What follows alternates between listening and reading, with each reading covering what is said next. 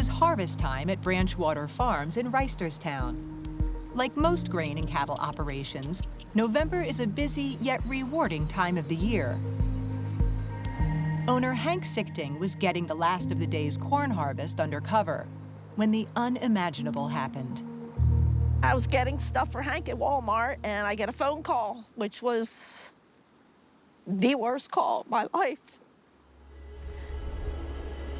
The forecast was calling for rain, and Hank and his farmhands were covering the corn dryer with a tarp, a task they had done 1,000 times before.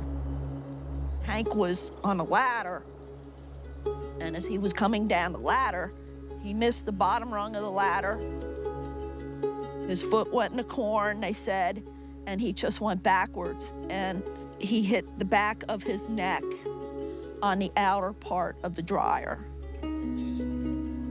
And it was just that simple, and I just have to thank God he died doing what he loved the most.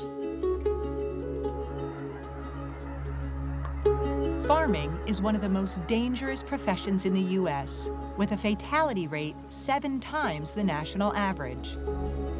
But despite that statistic, farming was the only life Hank Suchting ever wanted. 1979, my husband bought this piece of property. There was nothing here except fields and a lot of woods. So everything you've seen here, we have done stick by stick. Hank and Doreen, along with their children Jimmy and Deidre, built something to be proud of and created memories that only farm life can give. He was just a good dad. He was always there. We showed cattle and hogs and 4-H growing up, county fairs, state fairs. Growing up, you know, they lived where they worked, so we were with them all day, riding in a combine, showing cattle with Dad. You couldn't ask for more. Since 2012, farming accidents have accounted for over 1,500 fatalities.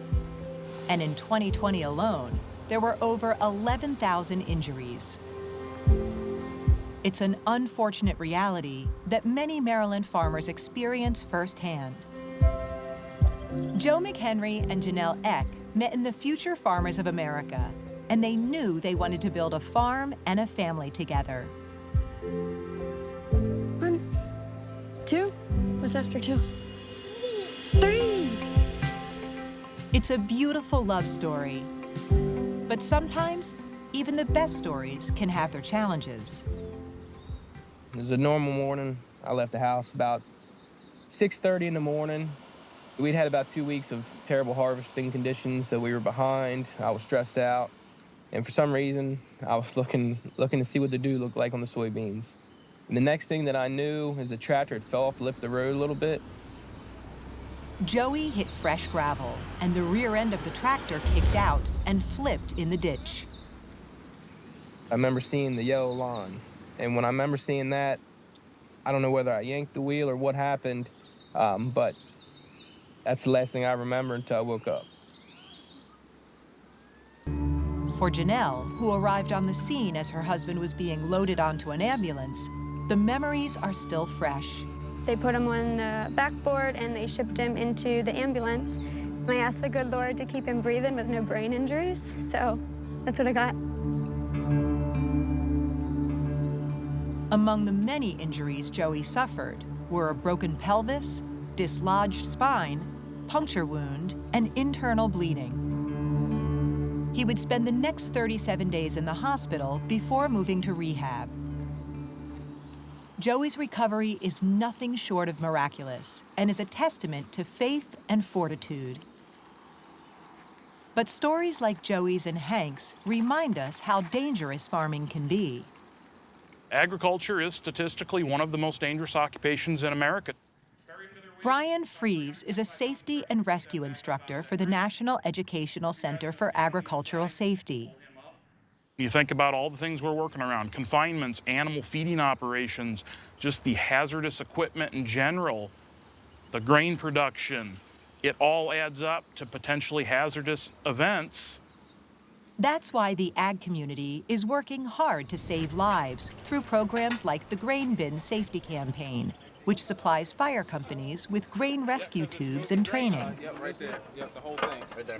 If we have a farmer or a co-op worker, somebody who gets trapped in the grain, we can put this tube in around them. It keeps them from getting enveloped in the grain. We can evacuate the grain out of the inside of the tube, and then we can get that victim out. People are usually very, very surprised if they start sinking in grain, how quickly it happens. Honestly, the key is the education. If we can talk to the farmers, at least help them understand these hazards, maybe we can prevent some of these things from happening. Since the program began, 272 tubes have been delivered nationwide, and 37 victims were rescued. But it'll take vigilance and determination to reach the goal of 0 deaths, so our farmers can spend the time doing what's most important. Being here with Lee, it really hits home. It's what every farm father wants, you know. You want your next generation to be there with you. Makes it worth it. Thanks for watching Maryland Farm and Harvest. We hope you liked the video. Make sure to subscribe so you won't miss out on future videos.